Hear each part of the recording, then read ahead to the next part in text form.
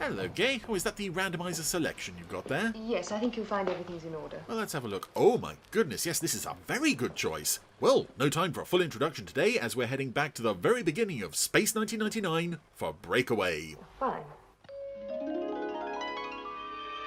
Well now, how appropriate it is that I am watching Breakaway on the randomizer on September 13th, 2022. That doesn't mean anything to you guys because you won't be hearing this until October. But hey-ho, it has been suggested that in previous years it could turn up on Breakaway Day, and it hasn't. But it's here now, and I'm very excited because this is obviously a landmark episode, and it does feel like we haven't had too many proper landmark episodes on the randomizer. We just passed through the laser barrier, and we should be ready to start Dr. Russell's manual check on the radiation seals in a couple of minutes. But here we are on the dark side of the moon, don't question it, at the nuclear monitoring station over Nuclear Waste Disposal Area 2 of Moonbase Alpha, a lunar research community built on the moon. We're here in the year 1999. More from Area 2 monitoring. Because somebody had very high hopes for the future. When will you finish unloading? But I've got to say, this opening is just...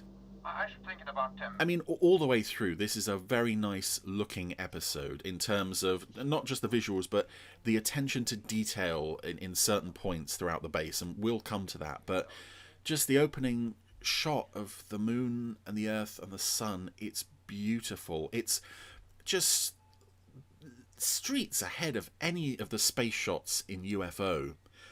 And then you get the nuclear waste disposal area, and it's a very nice looking world, and more importantly a very real looking world, a very believable world straight away. Schedule. Eagle 2 from Moonbase Alpha. We call. This feels like an inhabited world Commander Koenig, we'll be landing at Moonbase Alpha 23. in a way that I'd say perhaps UFO didn't. Coffee, Commander. Thank you. I've got Commissioner. Check your chest and off you go. Commander. I'll take it. Yeah, it's it just feels so real, so believable, all this. Well, your sign sealed and approved. And here we have another interesting holdover from UFO. The idea of political intrigue, which obviously wasn't going to last very long into the series, unlike, say, the Straker and Henderson thing. Your job is to put man on But again, I love with the Anderson shows, we make these big, giant leaps into space. Yeah, we'll do that, but have you got the money to do that? shot of the planet Meta, taken from the unmanned Here's a Spacefarer 9. rogue planet. Planet Meta. Well, not only that, we're receiving signals loud and clear, relayed from the same probe. Ooh, There's no doubt about it. it's a squiggly ring thing. Be supporting life as we know it. The Metaprobe astronaut virus infection mustn't be allowed to stop us. We must make a manned landing on Meta. Nothing must stop us. Nothing. Good luck. So, Planet Meta is approaching... Well, I don't know where it is exactly. It seems to be just a rogue planet. I don't know if it's happening to be passing by the Earth's solar system or what, but we've built a probe Ship docking now. to go out and investigate. Yeah, it's another lovely model of the Meta probe ship. And even more beautiful, that gorgeous space dock. Looks good, but I'd like to see it on its way to Meta. And of course, Shane Rimmer is the voice of the Eagle pilot there. That's the lot, Professor. Replacing scenes where Koenig was watching Simmons being interviewed about the Meta probe, and I think Shane Rimmer was the interviewer. Because there are lots of reshoots for this episode. I mean, most scenes had some kind of reshoot, including this one. They had Michael Sheard there as the controller of the depot. Get Nordstrom out of there. I think he's in trouble. But even Michael Sheard would not be enough to save poor old Nordstrom, or Nordstom, Get out there and bring Nordstrom in. as his helmet name implies. He is in trouble. But this stuff is just About here. gorgeous. I love the lunar fight scenes in this series, even though, Intensive care unit, please stand by. We have a casualty. as we're about to get to, there's an unfortunate goof here. And you can also see the top of the set there, unfortunately. But no, it doesn't do anything to spoil my enjoyment and immersion of this wonderful world. And this unexpected moment of horror that suddenly thrust into it as Nordstrom goes completely insane. One of his eyes goes opaque, and then Runs into the laser barrier, don't know why that's there, don't know who it's protecting the nuclear waste from on the dark side of the moon, cracked his helmet visor open, and that's it. He dead. So we're back from the opening titles, and I've got to say, it's such an effective opening, that one. Everything seems all nice and normal and futuristic, and we've got some things going on, and then sudden madness! And it's quite scary, it's quite unsettling, at least I've always found it. As I think I've mentioned before, I was a bit of a sensitive child for such things, so seeing that moment, it was a bit, oh, is this a bit too scary for me? Oh, dunno. But it had that thing that I've heard people say about with Doctor Who, and I never quite had it with Doctor Who, outside of the early Pertwee stuff, but it was that thing of, this is scary, this is unsettling, but it's just scary enough that I am, A, genuinely scared, but B, not too scared that I don't want to watch this. Anything with eyes, I think I've said before, is always unsettling for me. So to see the Nordstrom's eye suddenly go all weird and such, it's very, very unsettling even now. And here's a good example of where I think you can see evidence of the reshoots. The actress playing the stewardess on the Eagle as Koenig leaves is not the same one as who served him coffee earlier, whose chest he checked out. I think you can also see on the shelves there's various different things. So, here's Professor Victor Bergman. These two clearly know each other. People are dying up here, John. And it's not much fun up here at the moment. Virus infection? The virus infection. More to be discussed there. And here we go, we're going to meet the previous commander of Alpha. It's Philip Maddock. Commander Koenig. Commander Gorski? As Commander Anton Gorski. I think we both know the situation. I imagine you'd want to be left alone to settle in. You've no doubt had a tedious journey. Thank you. I'm not sure what accent he's going Over for. before I leave. I shall be in my quarters. Good luck. I mean, Russian is a difficult accent to pull off, I know from experience. But, yeah, Russian, Welsh, I don't know. I'm sure he'll survive. Oh, I'm sure he will. He's always been very flexible. Oh. Commander! And suddenly we're introduced to a whole flurry of characters. Even the extras Hello, sir. How are you? are introducing themselves. People we never hear speak again are talking here and introducing themselves. But again, I love that with this episode, they really take the time to make Alpha feel like a real lived-in place inhabited by real people. Those people out the front are not just extras.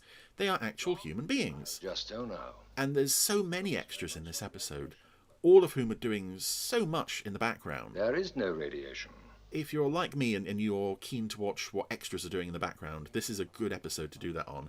And you've even got things like, there's a woman on monitors in main mission, I think her name's Norma West, who's, I guess, delivering news reports or something, and the cameras are set up so that you can, from main mission, you can see what's going on in the external corridors. And on the composts, the clocks are moving in real time. It's so much attention to detail. Probably one of the reasons why this episode overran by about a month, and they had to do so many reshoots. But I don't think they could have sustained that level of production for the course of the series, but it's definitely lovely to see in this episode. Just so much attention to detail. And here we go. Introduction of Dr. Helena Russell. Yes? And another clever shot. She answers Koenig, she sees him on her comlock, and then he walks in through the door for real. John Koenig. Commander? And this room that Helena's in, I don't seem to recognise from later episodes. Is it her quarters? Not sure. Pasteur and Madame Curie, right? It's a replica. A college prize. Well, let me just fiddle with this valuable piece of equipment. I'm sure you didn't have it set to any... Metaprobe astronauts recover from this virus. Ooh. It's not a virus. What they have is an unusual form of brain damage. Their condition is critical. And I love that Koenig comes in sort of half believing what Simmons has told him, and then he has to Go in to recover. piece it all together. Also an interesting piece of body language here. What about the backup crew? Are they medically clear to fly this mission? It's the way he suddenly folds his arms. Says, huh? You don't know, do you? You don't know. Or before they were affected. Doctor, you've had 11 cases so far. 9 deaths. Yes, but all of those who died were workers at Nuclear Disposal Area 2. Cheap, rehirable workers. Yeah, I gather the effects of radiation sickness and such, as depicted in this episode, are not quite how it goes down. Never been recorded there. But what is consistent is that the probe astronauts and the backup crews have lived the same lives, been through the same training program. Live the same lives. They all come from the same town, all these astronauts? I am saying, is that the backup crew appears to be medically fit. But as a doctor, because of the unknown factors, I can't guarantee that they won't be affected 3 days or 3 months out into deep space. And this is something I said before, quite recently actually, with Brian the Brain, that I love that Earth just has this long history of failed space missions. Of course. Everything that this planet has ever put up into space has gone wrong, basically, with the exception so far of the moon. But here we go. This is, again, going back to what I said about the scariness, the creepiness, but also this shows pessimism for humanity's place in the universe. And it's a beautifully chilling scene as we see Koenig looking at Warren and Sparkman in the isolation bay, this eerie blue light, and then we get this horrible, utterly horrible close-up on Sparkman's blind, scarred, diseased face. This guy, I'm not going to lie, I've seen him in my nightmares once or twice. And what makes it worse is there's some really horrible behind-the-scenes pictures of this actor playing Sparkman smiling, and it's just so chilling to see these photos of him smiling. It's like, I'm halfway between life and death. I have visited hell, and I would like to take you there. He's just, oh, he's so creepy. Which is weird because I've recently become aware that he was in several Doctor Who's, including, ironically, the Moonbase, where he plays a Moonbase operative who does not contract a fatal virus that's sweeping the base, and he seems like quite a cheerful chap, a very pleasant fellow. And speaking of cheerful chaps, pleasant fellows... Yeah, we can start the countdown as soon as you give the word. It's Alan Carter! Alan, the man, the legend, Carter. How long to get the backup crew ready? Oh, 7 days. 7 days. Backup crew? What do you mean? And now he's about to completely change his mind. Oh, we can't do it. Can't do it. Calculations, coordinates. Other words beginning with C. Not telling me about it. Captain, I'm here to get the metaprobe launched. All I want to know is crew accepted, you're ready to go. Yeah, we're ready to go. We don't have anyone to fly it, apparently, but yeah, we're ready to go. And I also love, I noticed this on A Force of Life not too long ago. I love that there's a stand of rocks in Koenig's office, and then later in Force of Life it was moved out into the corridor. That's great fun every time the base gets rocked by an explosion. But of course, these days, well, so far at this point in the series, there are no explosions. Everything's fine. Well, how are you? I just wanted your first impressions of the situation. And here's another point, as I said earlier about the clocks. At the nuclear disposal. You can see the clock there is set to 2:26. What kind of brain damage? We're going to see how that goes throughout the course of this scene. Yes, I've heard all about 2:27. theory from Gorski. No, she's a very competent doctor, John, in certain fields of space medicine, but she's wrong about this situation. Dead wrong. And this sounds familiar, doesn't it? Politicians who know better than the experts about medical problems and such. Before we do anything, I'd like to make sure there's no radiation leak at that disposal area. Look here, those 2 metaprobe astronauts didn't go anywhere near that area. Simmons, 9 minutes. Eric Sparkman just took an unscheduled trip through the underworld via Pinhead and other scary, hellish things. My God, he's so freaky, that Sparkman. I can't get over it. It was one of the biggest problems of our time. Simmons, you assigned me up here to clear up... And again, with the political stuff, we also have this ecological subtext to this as well. It's now 2:28. You see what I mean about how rewarding this episode is if you're really keeping track of the details of this world. Probe launched. Deal? This is a very nice looking shot of Koenig sort of A temporary... telling Simmons off. That's the best I can do. But I can't quite picture what Simmons is seeing from his end. He must only sort of get Koenig's chin in shot. Why did you lie to me? You mean those men are no better? They're not going to get any better, and you know it. All right, just a minute, John. And more financial intrigue. The international... And the idea that, you know, these men's lives are secondary to this probe and getting the money to get it out there. One hint of failure leaks out, they'll immediately abandon their support for our whole project. So just remember that. Ole! I'm sorry. That is the gesture that Simmons makes when he's reaching up to turn off his screen, but it just looks like he raises his finger with such a flourish. It does look like he's saying, Ole! Oh, the clock is... You know, stand down my time thing. The clock has gone completely screwy. I'll need 2 volunteers. I can't see what the hour is, but we're now at 53. So, let's go out to check those nuclear silos again. And one thing I love about this episode as well is the soundtrack, which does so much to reinforce this very doom-laden, heavy atmosphere. And in some bits, it's not even music. There's bits, particularly at the nuclear waste areas, you heard it at the start of the episode, just this rumbling. And that's all it is. It's not music, it's just this in the background. Navigation beacon Delta. It's a landmark. So unsettling. It's so just it's very subtly unsettling. It sort of gets into your skin and sort of plays on your nerves a bit. There's no radiation, John. I've checked it out. It counts normal. That was the first nuclear waste area up here. Has it been used since I left? No, they've moved on to Area 2. This one hasn't been used for 5 years. How's it holding up? All right, according to reports. It's constantly monitored. So, plot point here. Major plot point. Nuclear waste disposal area 1. Let's move on to Area 2. Yes, sir. And up front, in the pilot's seat, poor old pilot Collins, he's got a bit of a facial twitch. Something wrong with his eye. I'm sure it's nothing. And I always find it odd watching this episode uncut, because the BBC, they sort of trimmed, they cut out the advert breaks on a lot of the episodes of Space 1999 that they showed, kind of just sort of smoothed over them, and yeah, that shot was always cut. It went straight from Collins having a problem with his eye to basically this shot. And again, it's such a weird shot, because we're not seeing just the Eagle land on the pad, we're seeing it through a window of somewhere else in this monitoring station. Okay, let's go. Let's go. And in a nod, I don't know if it's a deliberate nod to UFO or not. I have to... Well, part of me wants to believe it is intentional. Part of me can't quite believe it. That we have two guys working out in the nuclear waste dumps at the moment, named Ellis and Jackson. Is that a deliberate homage to UFO? I would love to believe that it is, but I can't quite. No leakage. We're going on to point 48. And that is not the voice of the actor playing that character, by the way. That's actor Nick Zaran, who you'll recognise from various ITC things. So far. And this is creepy. It's not even just the music, it's the sound.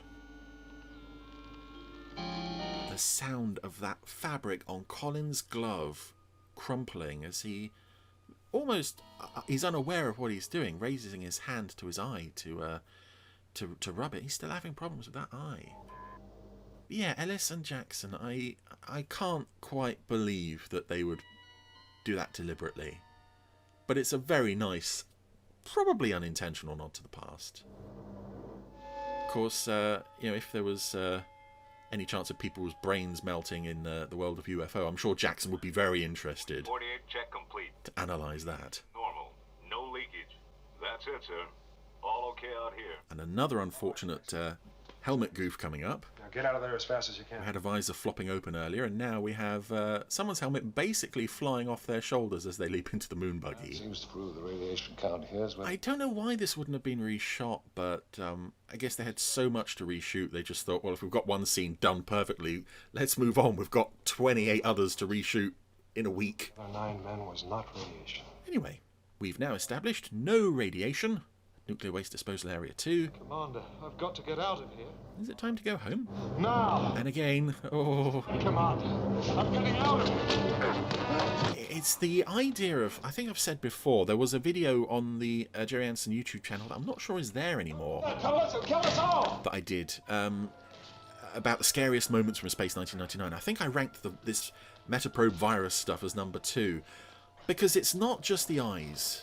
And it's not just Sparkman generally, but it's the idea of sudden, unexpected and uncontrollable madness from someone you know. Just someone you know suddenly completely going insane. Stunning! And I just find it so... It is unsettling. Sorry, it is. I don't mean to sound like a wuss. I know I am a wuss. But if anyone else finds this whole virus thing unsettling and scary, or did at the time, I should say, please let me know. I hope I'm not the only one. But there we go. We had our first,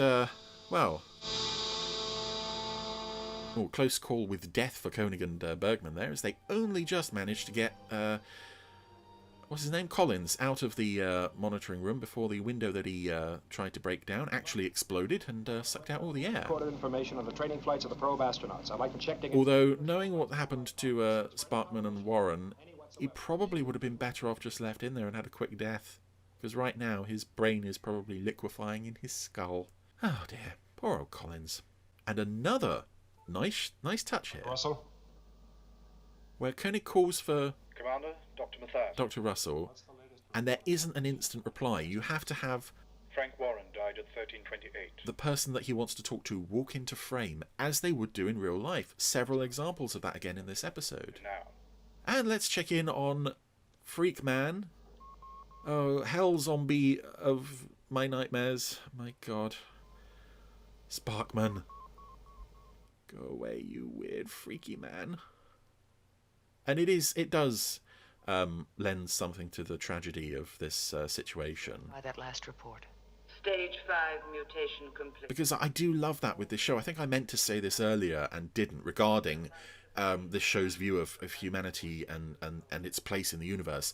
Warren and Sparkman were meant to be... Astronaut Eric Sparkman, deceased. You know, these great space explorers, these pioneers on this big adventure into the unknown to discover this new planet, and ultimately they just end up mindless zombie-like vegetables, not really able to do anything or go anywhere except, well, die, as Helena finally turns off Sparkman's life support and puts him out of his misery. Odd that she doesn't feel she needs to check with the family, though, but hey-ho, I guess she's been authorised to do it. They died. Of what? I mean, I was told... You were told lies. They died of an illness no one can understand. I also like the sort of implication here that Carter is not It was a temporary setback. as much of a part of the command structure of Alpha as he later would be. Forget the probe, Carter. This seems almost like he's been called up just to supervise the metaprobe, and that's all. He's very much out of the loop, which I like, but I also like that he's, you know, very quickly established as, you know, he's not Captain Carter, head of the metaprobe, he's Alan Carter, bloomin' great hero guy. Make a man landing on Meta. And this is Koenig's quarters, again with lots of rocks and shells and things all over the place. I can't guarantee that they won't be affected 3 days. Did he bring those up with him? He didn't seem to have much baggage. Now, your job is to put man on Meta. The giant leap for mankind. It's beginning to look like a stumble in the dark. That's a lovely line. So many lovely little bits of dialogue in this episode. Eagle, flown by Eric and Frank on their last training. And we should probably talk about this guy, actually. This is Benjamin Uma, played by Lon Saturn. Just like that. Who only appears in this first episode, and then for the subsequent 23 episodes of the first series, was his job was filled by actor Clifton Jones as David Carno. Waste disposal Area 1. And I gather that Lon Saturn was let go because he was a bit problematic to work with. Don't know the extent of that. 10 on Area 1, please, and bring it in. Yes, Paul. Again, Sandra doesn't seem to be a part of the main mission crew at this point either. She seems to be kept in a room off to the side of main mission, which is strange. It's a turning point, right? It's one of the few constructions on the dark side. And that was also one of the early titles for what eventually became Breakaway. Training flights over on the dark side, away from Alpha traffic. Yeah, I don't know how many people feel about the idea of Uma having carried on with the series. I think I much prefer Carno. Out on their last training flight. Carno, even though he's not the show's greatest character, there is more warmth and humanity there than you have with Uma. Levels in disposal area 1. This is impossible. He's quite a sort of fussy, almost stuffy character at times. Normal, but the heat continues. But when he's needed for like action and sort of heroic stuff, he can do it. He rarely got to do it. So yeah, I think on the whole, I much preferred Carno to Uma. But, you know, maybe had Lon Saturn not got himself into trouble and stuck around, I might be saying, hey, really like that Uma guy. It's hard to tell from just one episode. Heat, but still no radiation. Heat without atomic activity. Oh, but now Nuclear Waste Disposal Area 1 is, well, it's glowing, and there's bits of electricity shooting out all over the place. But there are certain episodes in the Anderson universe where I would have loved to have the experience of seeing it as it was first broadcast. Just This must have been unlike anything else ever seen on television up to that point. An eagle on the pad for immediate lift. With the exception of other Anderson shows. But I think one of the strengths of a lot of the Anderson shows, I mean particularly Thunderbirds, is that these feel like movies produced for television. Project Area 1. That aren't aware they are not going to be shown on huge cinema screens, because the money is there, the visual glossy look is there. So this is definitely a very cinematic, epic, just in terms of the visuals, episode. Yeah. But then I can say that about all sorts of things, really. I went to the cinema a few weeks ago to watch The Wrath of Khan, and I can never watch that film the way that people did when it was first shown. They didn't know that Spock would be coming back. I've had that knowledge for as long as I've been a Star Trek fan. So it's just, It feels expanding. We can't measure it. Get him away. You make the best of the time you were born in, and you appreciate what you have. And I'm very lucky now that I live in an age where I've got basically everything. Every Anderson stuff. All of the Anderson stuffs. In lovely HD for the most part. All systems out. And here we go, our first Eagle crash. Rescue ship moving. More evidence of possible reshoots here, because if you notice Koenig's the neck part on his spacesuit, it sort of changes between it's flat in one shot and then it's ribbed in another. 10 seconds. And as Eagle crashes go, although this is the first one in the series, so it's a bit of a landmark, it's fairly underwhelming, this one. But again, I suppose that's just because I'm comparing it with all those other wonderful Eagle crashes that I saw throughout the rest of the series. This one's a bit lower key. But there we go. Ho-ho. Nuclear waste, Area 1.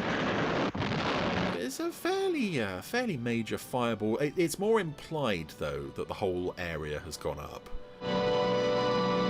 It's not quite the massive explosion that we'll see later on with Area 2, but it's still some very nice visuals and effects stuff there. And an unusual shot of the base, too. I don't think we see that again, because obviously it's got the moon in the background. Well, I told you there was nothing wrong with me. I walked away from there. There was no damage. Commander. Oh, it's 4:10 according to the clock now. That is not the kind of damage I'm looking for. And this is a nice setup for the You knew that it all... Well, it lays the groundwork for the relationship between our two main characters to follow. And yet you went right out there yourself. Very soft focus on Bane here, though. We're looking for answers, Commander.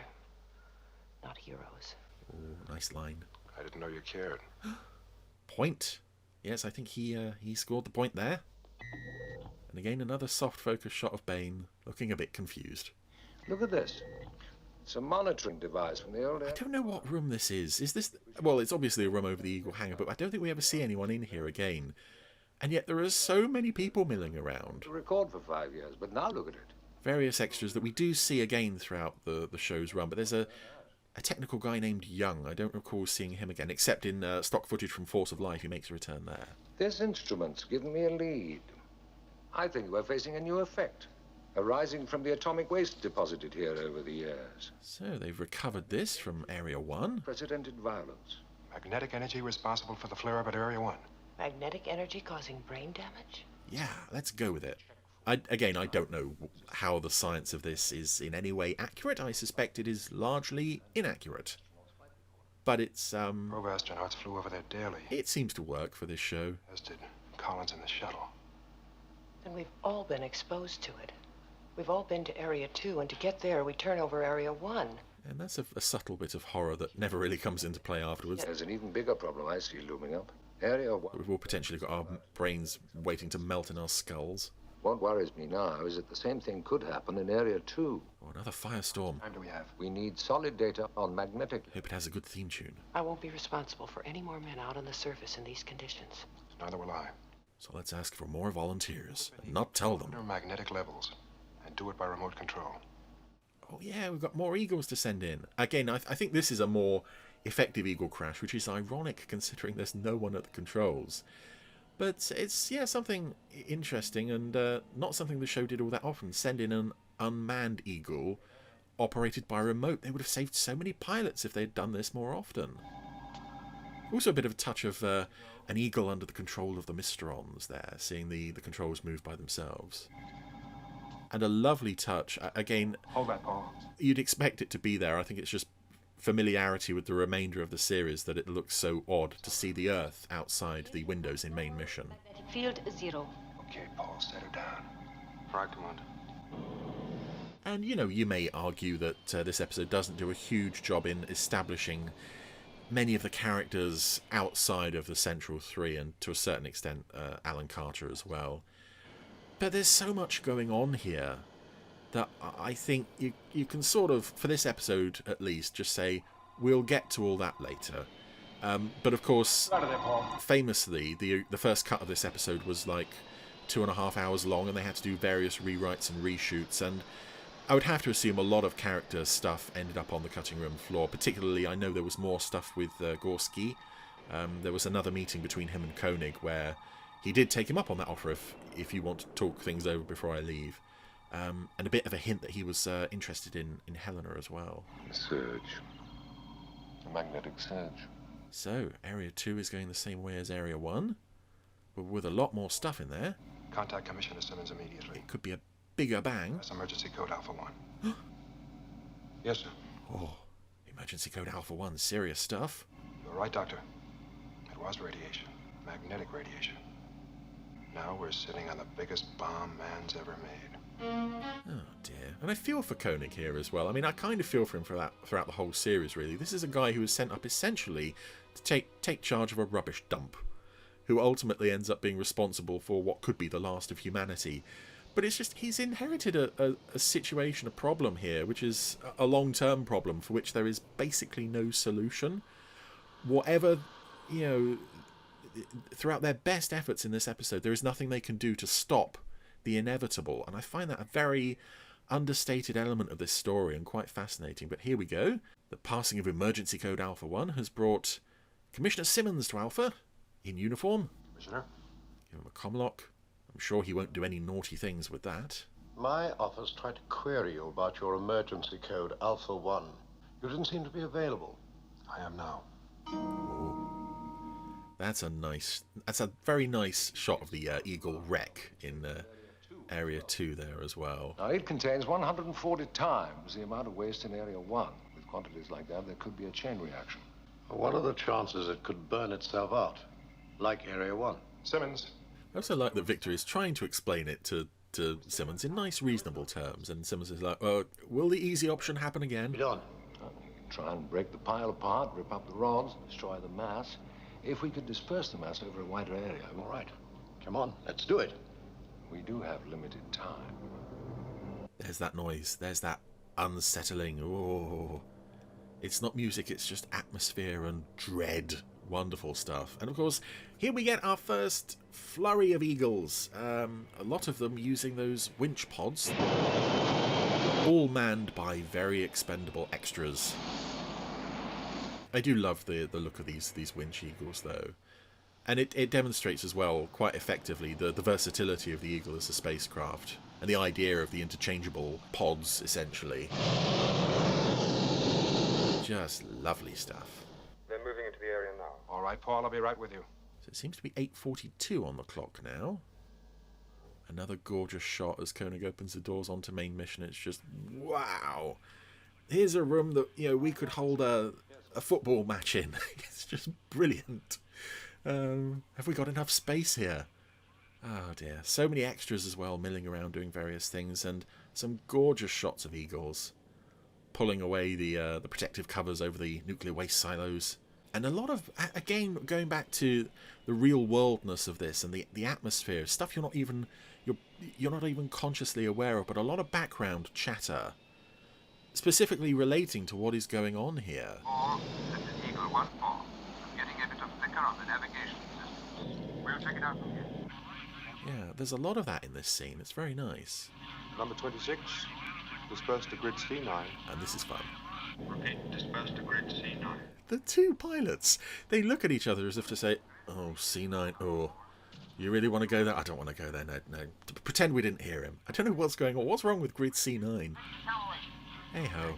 I would say just a minor point against this, though. We don't really get a sense of scale regarding the size of Nuclear Area 2. It seems to me like Nuclear Area 1 was much larger. No, sir, they're all committed. But we're told that it has 140 times more nuclear waste in there, so then it must have been more efficiently stored at a greater depth, I suppose. That's what worries me. Creates a problem. I think we should go up another 100, Commander. Oh, you do you? Well, who are you, unnamed man over the radio? Don't tell me what to do. Maybe if Koenig had listened to that man, Go ahead, one. things might have turned out very differently. I don't think so. Computed and programmed. I will be in orbit in 4 minutes. Yes. Interesting as well, Koenig sends Alan up into orbit just to keep an eye on how things look. I would imagine when you're that high, you can't really see what's going on over Nuclear Waste Area 2 unless something goes catastrophically wrong, in which case you'd know about it anyway. You think we have it under control, John? Too early to tell. I do like Simmons very prematurely declaring victory here. Well done. Now, And the venom and the anger that Koenig retorts to that with. you see, John, I see men risking their lives to avert disaster, total disaster. If this goes wrong, there won't be anybody to issue a communique. There will be no survivors. It would almost be interesting to see how their relationship would have continued from that point had this operation been a success, which of course it wasn't. You can hear in the background that it wasn't. But I would imagine Simmons wouldn't have let Koenig stay in command for very long with that attitude. Start the mission. Main mission to all Eagles. Return to base immediately. And we're just coming up on basically special effects porn at this point. Just explosions everywhere. And okay, you can see one or two wires, one or two little moments. But it's just... they sell this so effectively, the idea of just everything blowing up. Even things that don't seem to have any relation to Nuclear Waste Disposal Area 2. And then finally the whole sorry silo goes up. I hope they got Michael Sheard out of there before that happened. And just iconic shot after iconic shot. Particularly that explosion over the moon. And again, all these extras throwing themselves around the place. I also get the feeling this was a scene where there's so much more shot than we actually see. I gather there was, in fact, the guy who played Steiner, I think he did a stunt fall off the top of the main mission balcony. And also, there's another stuntman who's been hanging around the place all episode. He's the one who falls back against the staircase to the upper level. I think there was some kind of shot of him being actually thrown across the room. G-Force. We're moving.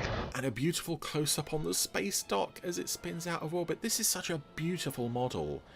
And I'm so glad they saved it and reused it later in Dragon's Domain. But that close-up of it spinning is just gorgeous. It's a lovely model. There goes the probe. There goes an eagle. And there goes the space station. And again, I'm not sure about the science of what would happen to Carter's eagle while he's in orbit and the moon is going out of orbit of the Earth. But what I love here is that... out of the Earth's orbit.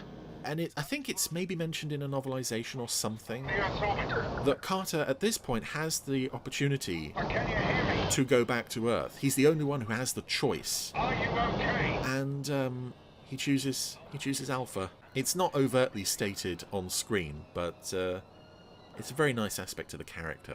And we're coming up on something here that I find really interesting to watch this in HD. Because everyone's pinned on the floor of main mission at this point, and the pressure is so great that only one man can drag himself to the radio, and that's Commander Koenig, of course. What's happening to you down there? And you can see as he drags himself up the side of a desk to reach the radio at the top of the desk, you can see on Blu-ray Martin Landau's fingerprints on the edge of the desk from what must be a previous take. It's... I don't know how visible it is on DVD. It might be very visible, but just I love it. It's a nice little glimpse into the fact that they probably had to do this several times. We are moving away from Earth. It's a very undignified scene for everybody on the floor, sort of heaving and groaning. Carter, can you hear me? And of course, Koenig was the only one who could get to a radio. You're okay. What's happening down there? We've got tremendous G-forces. We can hardly move. Doesn't really sound like Landau's voice at that point, though. Good. We seem to be decelerating. Hey, we're slowing down. Because science. I think science has gone out the window at this point, obviously. It's one of the the main sticks that people like to use to hit this series with. Unfortunately, because they're not aware that mysterious unknown force and all that. And again, I know I've gone on about it, but the world they've created in this episode, I mentioned earlier, the lady on the screen in main mission who's delivering some kind of news reports, Out of orbit. she's obviously been knocked around and she's still on camera. More. All of the extras are just utterly done in. Even the camera that I mentioned looking onto the corridor outside main mission is now at a wonky angle. Can you make it back to the base? I can make it. I'm a big damn hero and you're gonna need me. This is main mission. All sections report. Yeah, you can see that. Oh, yes. This shot here where Helena starts tending to the wounded, you can see Steiner on the floor from where he had his fall that he didn't have. Sufficiently operational to accept casualties. And also that guy who I said got pulled into the staircase. You can just see in one shot what must be some kind of rig or whatever he was used or tied to pull him back into the stairs. It's a sort of wood thing with some rope on it. But this is a very haunting image. Just the moon drifting off into infinity. And everybody just looking a bit shell-shocked. This is the point where I would say, maybe one or two people should be a bit, tearful. Can we make it back to Earth? I can't watch that moment without thinking of the IGN edition. I don't know if you're familiar with that trailer. Someone cut together a DVD release trailer for a DVD release that would never happen, and it got increasingly jokey as it went along, and it said there was an alternate ending to Breakaway where Paul says, "Can we make it back to Earth?" and they just cut in Koenig saying yes, and then played happy music, and that was it. But oh dear, Moon on unknown trajectory. it's just bad news after bad news here. This is due to Moon's movement away from Earth. And it would have been interesting if, I know Koenig makes the call in a moment that they're not going to try to escape and head back to Earth, but it might have been interesting, a sort of parallel universe type story, just to see how that operation might have gone down. Human decision required. Oh dear, it all falls on the shoulders of one man. And yeah, speaking of a continuation of this episode, because this episode does set up certain things that are never called back to, specifically meta, but there is somewhere out there online, and I don't often recommend fan fiction, but this is quite a fun one.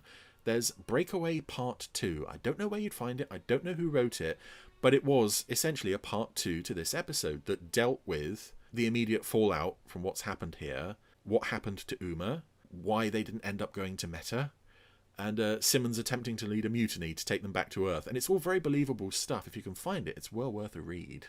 And Carter's back. Quick thumbs up with Bergman. Yeah, we're all right. Attention all sections Alpha. And you really do feel the weight on Koenig's shoulders as this speech is made. As you know, our moon has been blasted out of orbit. Oh, really? I didn't know. There's probably someone in bed, actually, somewhere on the base thinking, "Go, what the hell's happened?" If we should try to improvise a return to Earth without full resources... I think they seem to have given up on the clocks at this point. It's 2023, and it seems to have been that way for quite a while. Therefore, in my judgment, we do not try. Oh. Yeah, Landau does a very good job here, selling the weight and gravity of this moment. Other people in main mission are sort of more resigned to the idea of sort of, oh well, that sucks. But I just think if this was done now, you would get certain people accident just weeping hysterically and uncontrollably. Has caused very serious repercussions. Everyone's a bit too willing to go along with what Koenig says, I think. The earthquakes in the United States along the San Andreas. But this is a nice touch, though. Our last glimpse of life on Earth, and it does not sound pretty. To life and property. It was interesting, actually, getting the Spazio 1999 Blu-ray from Network recently and watching the Italian translation or the English translation of the Italian, I should say, and they make life on Earth sound even worse than it does here. Like, Los Angeles is being rained on by millions of dead fish and that kind of thing. It's just It was thought a rescue might have been attempted. Horrific. Space stopped until that, too, was hurled out of orbit. And then went kablooey. The moon's acceleration away from Earth has put it beyond the reach of any That's it. All gone, and everyone looks at Koenig. All frequencies for any signal from Earth, anything. What you gonna do now, hero? And I also find it interesting that we have a planet named Meta. Because I think in the 21st century that word has sort of taken on a slightly different meaning in terms of fiction and shows and things, saying, oh yeah, that's a very sort of meta take on this concept. You know, it's come to sort of mean self-aware almost, I think. So when they get the signal here, that meta signal, and then Bergman confirms, it's meta. It just sounds so sort of almost like the show is commenting on itself somehow. But again, it only sounds like that for us in the 21st century. And of course, you know, I certainly believe that is that's not related to Meta at all. That is, of course, For our future lives. Sandra in the future, sending her message back to the past. That's a lovely, lovely end to the show, message from Moonbase Alpha. And it's great that it ties so heavily into the events of the first story, because ultimately we never went anywhere near Meta. Quite strange that they would end the episode with such a strong hint that they would be. September 13, 1999. Meta signals increasing. Yes. Maybe there. But maybe not. And there we go. That was Breakaway, the first episode of Space 1999. And oh my goodness, that is just one of the absolute highlights, not only of the show, but of the whole Anderson canon. Just the story concept itself is wonderful. So the fact that it's realised in such a realistic and doom-laden way, ultimately leading up to this wonderful special effects extravaganza at the end. It's a brilliant setup to my absolute all-time favourite Anderson series. I can never get enough of seeing this episode.